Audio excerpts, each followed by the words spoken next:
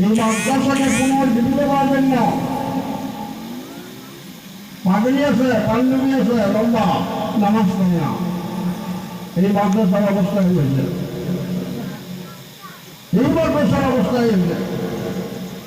এই জন্য এই মাদ্রাসাকে জিন্দা করো।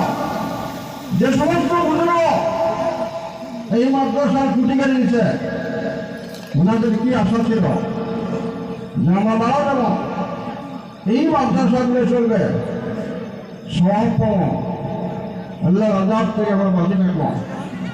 আমরা পাবলিক 1 টাকা 2 টাকা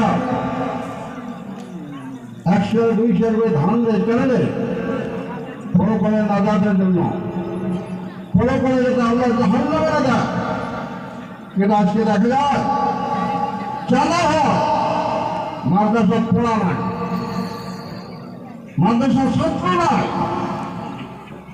মানে আপনাদের কাছে অনুরোধ করলাম, আমরা সিনিয়র মানুষ হিসেবে, সিনিয়র আলেম হিসেবে, মুরব্বী হিসেবে এই জায়গা পার্শ্ববর্তী মাদ্রাসার রাহুল মেহরবানি আছে, পার্শ্ববর্তী মেহরবানি ফরকানি আছে।